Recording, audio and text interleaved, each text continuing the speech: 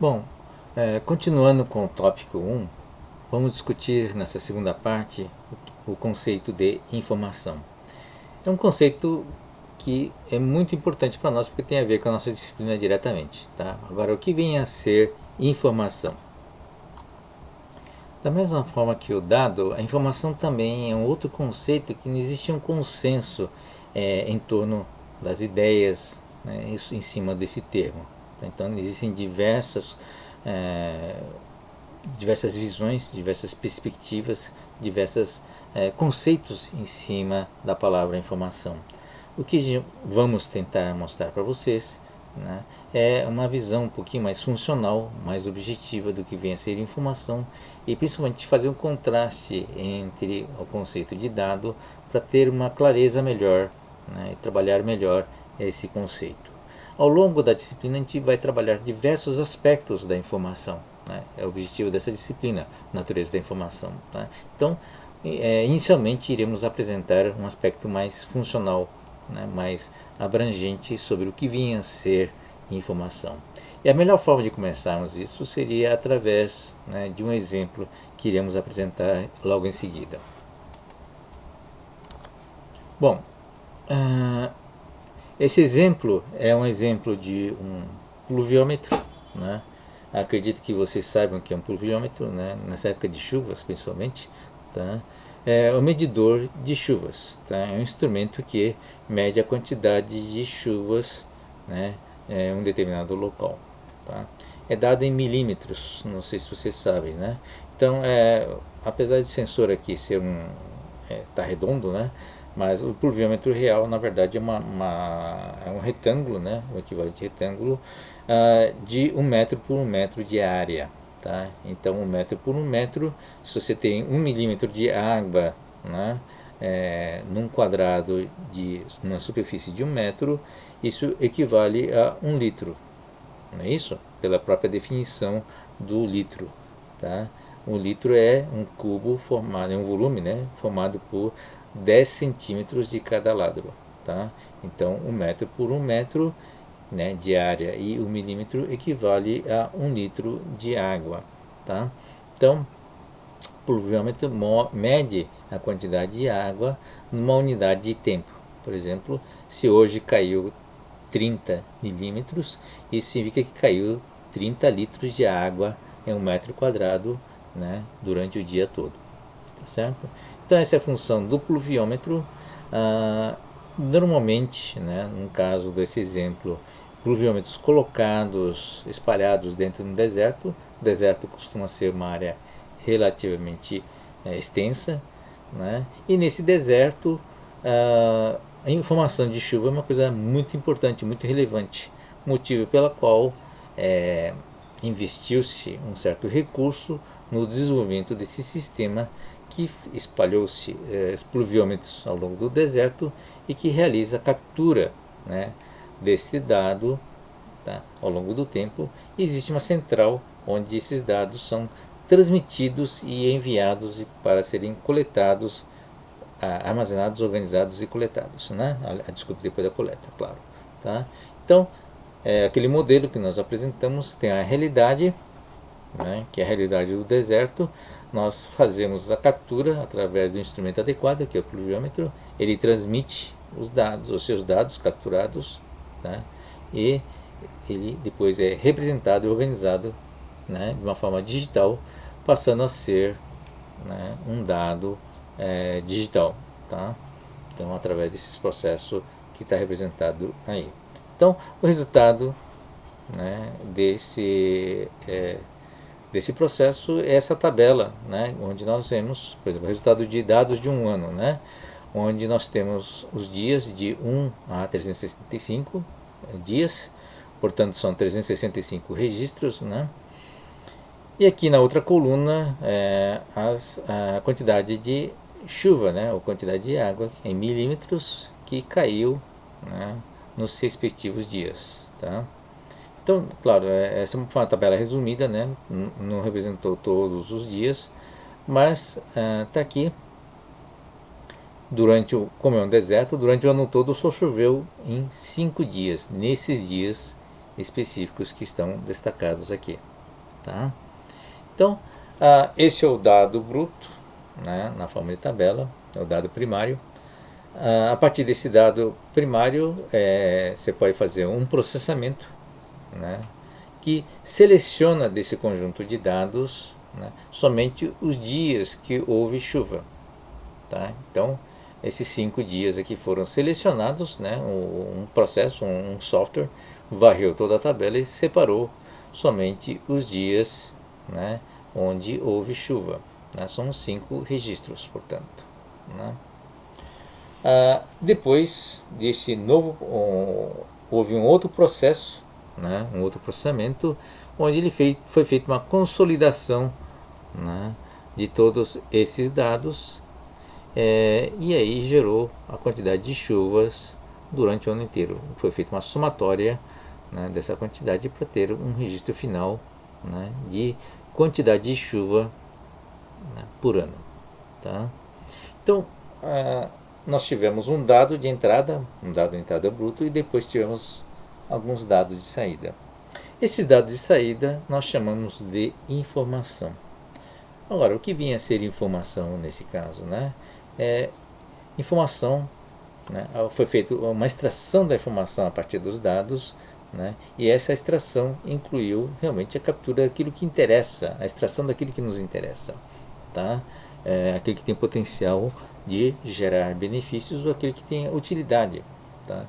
Então, nesse caso, né, a informação é definida como a parte útil dos dados, tá? Então, dado tem um conjunto grande de dados e apenas a parte que nos interessa, que tem alguma utilidade, foi extraída. E essa extração foi necessário um software, foi necessário um processamento, né? Foi necessário uma manipulação para que eu pudesse extrair esses dados, tá? Mas eu escolhi os dados que me interessam e esse processo de escolha, né, resultou em informação, na geração de informação, tá? Então, informação seria a parte útil dos dados, aqui que gera benefício, né? Então, daí você chega à seguinte conclusão, que dado e informação são, em princípio, sinônimos, né? Tá? Porque a informação, né, é derivada do dado. Tá? Então, todo dado, toda informação, né, é dado. Tá? Mas nem todo dado é informação. Porque se ele não tiver nenhuma utilidade, ele não é informação. Ou se não gerar nenhum benefício, né, em princípio. Tá? Então, essa frase que está aqui. Nem todo dado é uma informação, mas toda informação é necessariamente um dado. Né? Ou seja, né, perda de dado implica em perda de informação. Tá? Então, existe essa relação entre dado e informação. Tá bom? Voltando ao nosso exemplo do pluviômetro, né? Então, nós temos aqui um sistema que transmite os dados, né? Quando transmite os dados todos os dias para uma central. Como é que a gente transforma um sistema de transmissão de dados em um sistema de transmissão de informação? Tá? Se esse pluviômetro tiver uma inteligência suficiente, né, em processamento local, e mandar os dados somente quando chove, né, mandando os dados de chuva, aí nós teremos um sistema de transmissão de informação. Ou seja, ele só transmite o que? Esses dados aqui, né, esses dados onde houve chuva. Tá? Então, dos 365 dias, 365 transmissões, você só transmite 5 dias, né? 5 registros nos dias onde ocorreram chuva. Tá? Aí você tem um sistema de transmissão, não de dados, mas um sistema de transmissão de informação. Tá? Agora, precisa tomar alguns cuidados, né, em relação a isso. Eu sou engenheiro de formação, né? Eu jamais ia fazer um sistema. Bom, depende do custo de transmissão aqui, né? Tá? De custo de transmissão. Mas de maneira geral, eu não transformaria esse sistema de transmissão de dados em sistema de transmissão de informação. Por quê? Né?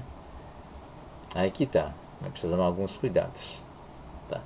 esses dias aqui, apesar de que se você cobra, se tem um sistema de comunicação onde você cobra por registro, então em vez de você transmitir 365, você está transmitindo somente 5, né? Você teria uma grande economia em relação ao custo de transmissão. Mas em compensação, né, você deixaria de ter algumas informações importantes. Tá? Que informações eu estou perdendo ao não transmitir, né, esses 360 dias, né, esses 360 registros? Mesmo que seja zero, né, que informação eu estou perdendo? Alguns cuidados que você precisa ter. Tá? Apesar de ter um zero aqui, esse zero contém informação, tá? Zero de dados. Que informação ele contém? Né? Ele contém uma informação que é importante para um sistema de captura de dados. Tá? Ele diz o seguinte: olha, hoje não choveu, tá? Portanto, estou mandando para você zero. Tá? Mas ele é um dado zero, que não é útil, mas ele contém uma informação importante, que é o seguinte: é a informação de que o sistema está funcionando, né? Que o sistema de captura de dados está funcionando e que está conseguindo transmitir os dados. Tá? Então, se você tem um sistema que transmite só informação útil, tá? Você corre o risco, né, de ter um aparelho que pifou aqui no meio, tá? E justamente no dia que choveu, né, você descobre que ele não estava funcionando. Justamente que houve, né, o dado importante, né, você descobre que o sistema não estava funcionando e não conseguiu medir, né, e não conseguiu transmitir os dados. Tá? Então, o fato de estar transmitindo zero, ele carrega consigo uma outra informação de que o sistema está funcionando. Tá? E isso, para um sistema, né, que é custoso, você está espalhando sensores num deserto, né? E está fazendo uma transmissão numa área grande. Tá? Um sistema custoso, né, compensa ele transmitir para você ter uma informação, né, de falha. Que se você tem um sensor em falha, você pode fazer a manutenção antes que chova. Tá? Porque depois que chove, você perde o dado. Né? Você não tem como pedir, olha, chove de novo que eu quero medir. Né? Agora já foi, certo? Então, captura de dados em tempo real tem essa característica muito importante, né? O evento acontece, se você não fizer a captura na hora que o evento acontece, você não estava preparado para realizar essa captura, você perde a oportunidade, tá? Então a realidade não tem como voltar atrás para você refazer uma captura, tá bom? Então, muito importante, né? Muito importante esse registro, tá? Outra coisa em relação ao backup, né? Tá? A gente tira sempre backup não da informação, mas backup dos dados. Apesar da informação ser a parte mais valiosa, tá? Valiosa do seu ponto de vista de benefício, a necessidade é uma coisa que é dinâmica. A parte útil dos dados depende do quê? Da necessidade, né? A necessidade pode mudar com o tempo, tá? E aí, se você captura somente a informação, tá? Às vezes você perde os dados. Por exemplo, nesse caso aqui, você fez uma consolidação de todas as chuvas durante o ano inteiro. Você tem um único registro. Economiza espaço, né? Uma série de coisas. Pegou a parte mais valiosa e tal. Mas daqui para trás você não consegue voltar. Tá? Se você armazena só o resultado, você não consegue retornar para cá, né? Para essa tabela anterior. E muitas vezes, aqui tem um zero, mas os dias que houve uma falha, por exemplo, nem zero aparece, né? Apareceria um campo nulo. Tá? Portanto, esse processamento também perdeu dado. Tá? Então, como a gente nunca sabe, né? Por exemplo, você quer saber fazer uma pesquisa em cima desses dados para saber qual a durabilidade do sensor ou do pluviômetro. Tá? Se você não retém esse registro, né, de todos os registros, você perde essa informação. Tá? Então, essa é uma diferença muito importante entre o dado e informação. Bom, voltando ao nosso diagrama de processo e acrescentando a parte da informação, nós temos agora, né, a evolução do dado para a informação. Tá? Na dimensão tecnológica, entramos com o processamento, né, através da computação, apesar de que esse processamento pode ser feito um processamento manual. Né? Nós podemos seguir um algoritmo que separa manualmente, né, o dado para obtermos a informação. Tá? Então, o que caracteriza, do ponto de vista da dimensão humana, né, do dado para a informação? É a extração dos dados, né, que possui utilidade ou possui valor. Bom, só para lembrar que a captura inicial do dado, né, foi também uma dimensão humana, porque o dado que nós queremos foi selecionado a partir da nossa necessidade ou nosso interesse, né, a partir do potencial de gerar valor, tá, o potencial de gerar informação. Tá? Então, mas o dado é sempre um elemento primário, né, tá, para você obter a informação. Tá? Se você tem um dado errado aqui, você vai gerar uma informação errada também. Tá? Então, isso é uma característica importante. Então, a partir da necessidade, a partir da utilidade, né, de possuir valor, nós chegamos à informação. Tá? Então, temos a análise e tratamento, né, que envolve processamento dos dados, abstração do significado, né, desse dado, o contexto desse dado gera o significado, né, a compreensão, né, das condições do dado em si, né, gera a informação que deverá ser enquadrado num modelo de abstração. A gente vai ver mais à frente essas abstrações, todos esses modelos, tá? Do que vem a ser essa informação. Ele vai se encaixar, né, dentro desse modelo. Bom, em termos esquemáticos, em termos de processo, o que nós temos aqui é isso aqui, né? Você tem uma entrada de dados, o dado já está estruturado, já está organizado e está representado.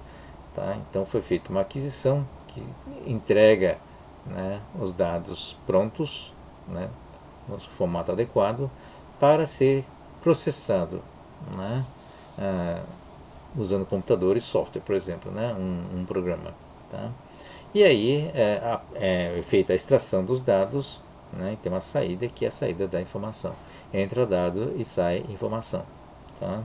E constitui, claro, como o usuário é humano, você tem que ter uma apresentação da informação no formato adequado. Tá? Obtenção da informação envolve custo, né? Tá? Que envolve custo principalmente na parte de aquisição, né? Depois o custo de processamento de dados e apresentação da informação também envolve um hardware, um processo adequado para representar a saída desses dados. Tá? Utiliza hardware, software e pessoas, né? Tá? Tem um custo da informação. Esse é o custo da informação de todo esse processo que está aí. Tá? Então, só para lembrar, né? Tá aqui. Esse é o processo onde fisicamente chega-se à informação. E para chegar na informação, ele precisa passar por todos esses processos que está aqui. Isso envolve custo, não é isso? Tá? Então, custo, né, está de um lado e benefício do outro. Benefício, né, valor gerado pela informação, em princípio tem que ser superior ao custo da informação. Tá certo? É meio óbvio, né? Mas nem, a gente esquece, né, dessas coisas, né? Que o benefício, a informação está associada, a utilidade está associada ao benefício, né? Que o benefício deverá ser superior ao custo. E aí nós temos uma coisa interessante em relação ao custo, né? Tá? O benefício, custo-benefício, né? Em relação ao custo-benefício. Está aqui o benefício, né? Tá? Não sei se aparece o mouse, o mouse tá aqui. Aparece o benefício que está aqui, né? Mais alto, e aqui o custo, né? E aqui essa barra que foi colocada, né, de propósito é uma barra do zero, né? Tá? Então, e aqui a margem ou do risco, né?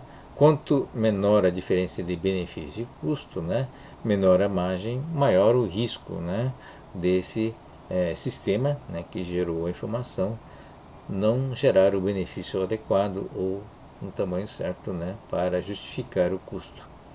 Tá? De uma maneira geral, só contexto geral, né, o custo é mais fácil de estimar, tem mais precisão, né? A gente consegue medir com mais precisão, tá? Quanto custa uma máquina, quanto custa um programa, quanto custa um processo de aquisição, instrumentos, manutenção dos sensores, essas coisas todas envolvem custo, né? A gente consegue estimar com uma certa precisão. Agora, benefício é um outro problema, né? É mais difícil de estimar o benefício, tá? Envolve uma avaliação, né, uma série de parâmetros. O benefício realmente, inclusive a própria necessidade, a benefício é derivado da necessidade, a própria necessidade varia com o tempo, né? Então isso é uma coisa mais difícil de estimar, e por isso que essa margem é bom que seja razoável, para você ter uma certa garantia de que o custo está compensando. Uma outra coisa interessante é que o custo, né, é sempre positivo, tá? Sempre acima do zero, enquanto que o benefício muitas vezes pode ser negativo, tá?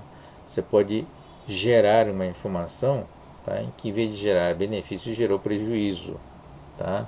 Por exemplo, né, houve algum erro no processo, tem erro nos dados, né? O custo não vai ser negativo ou não vai ser menor porque o dado está errado, né? O custo vai ser a mesma coisa, com dado errado ou não, tá? Agora o benefício não, né? O benefício pode ser tremendamente negativo se o dado estiver errado, né? Ou a combinação dos dados levar a um erro, né? Levar a uma decisão ou levar a uma conclusão errada, tá certo?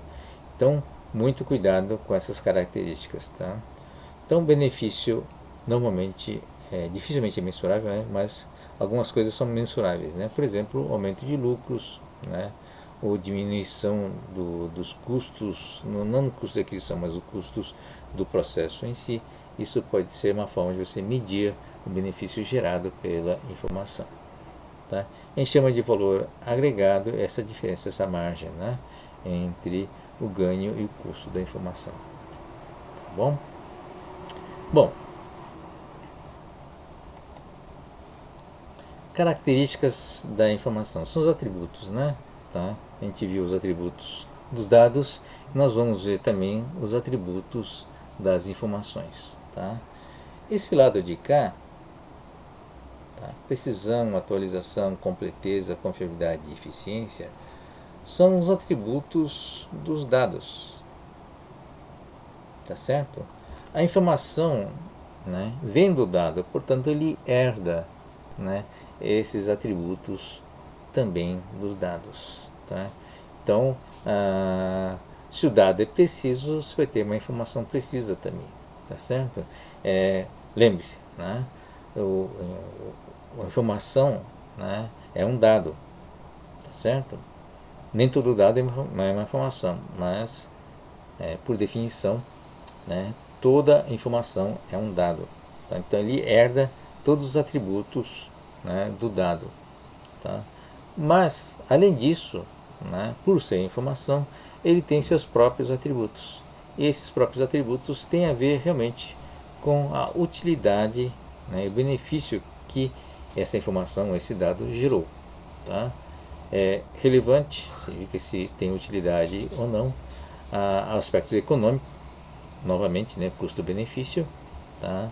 A flexibilidade, ou seja, aquele dado, aquela informação, desculpe, né, que resultou desse processo tem várias finalidades, né, tem potencial de gerar várias utilidades, ou seja, tem um amplo, né, uso, tá, do potencial de benefício maior, tá?